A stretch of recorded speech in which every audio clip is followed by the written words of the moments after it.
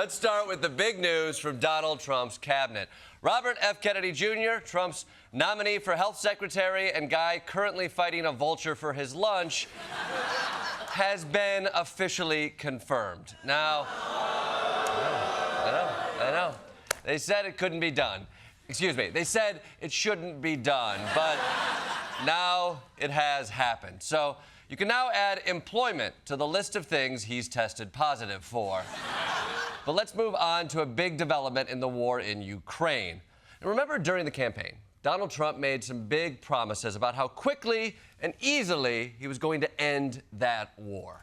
If I'm president, I will have that war settled in one day, 24 hours. I would tell Putin, gotta settle.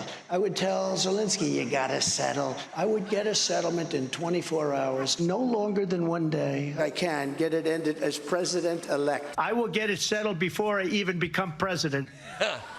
I'm gonna do it Back to the Future and end this war before it even starts. Go back in time, kiss my mom, maybe have sex with her. What am I talking about? What was I talking about?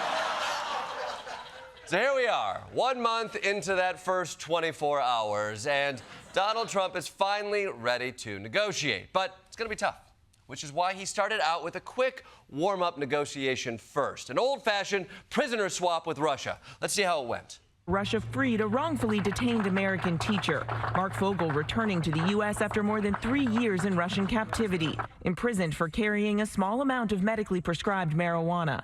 In exchange, the U.S. releasing Russian cybercrime kingpin Alexander Vinnik. What? You traded a cybercrime kingpin for public school teacher Mark Fogel?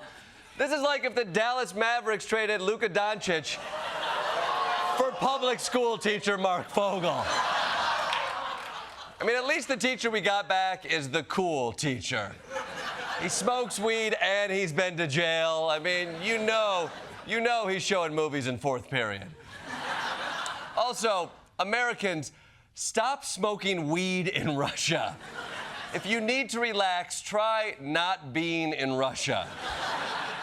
Okay, now that Trump got all warmed up, it's time for the main event. This morning, President Trump pledging to meet with Russian President Putin in person after announcing they've agreed to start negotiations immediately to end the war in Ukraine. President Trump saying, quote, I just had a lengthy and highly productive phone call with President Vladimir Putin of Russia. We discussed Ukraine, the Middle East, energy, artificial intelligence, the power of the dollar, and various other subjects.